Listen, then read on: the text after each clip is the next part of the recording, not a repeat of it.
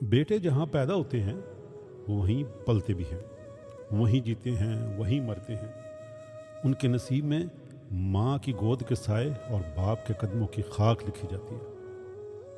अपनी आखिरी सांस तक वहीं रहते हैं जहाँ उनके पहले रोने की गूंज सुनाई देती थी। बेटे हमेशा अपने माँ बाप के साए में पलते हैं और उनके कदमों के करीब हमेशा की नींद सोते हैं।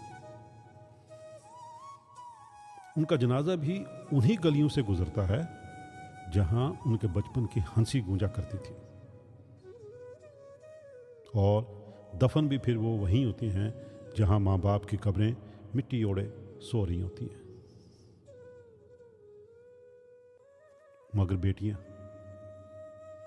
बेटियां वो जहां पैदा होती हैं वहां अपनी जिंदगी के तो बस वो कुछ साल ही गुजारती हैं। फिर एक दिन उनकी हंसी, उनके ख्वाब, उनके खिलौने सब कुछ समेट कर एक अजनबी दहलीज पे रख दी जाती है।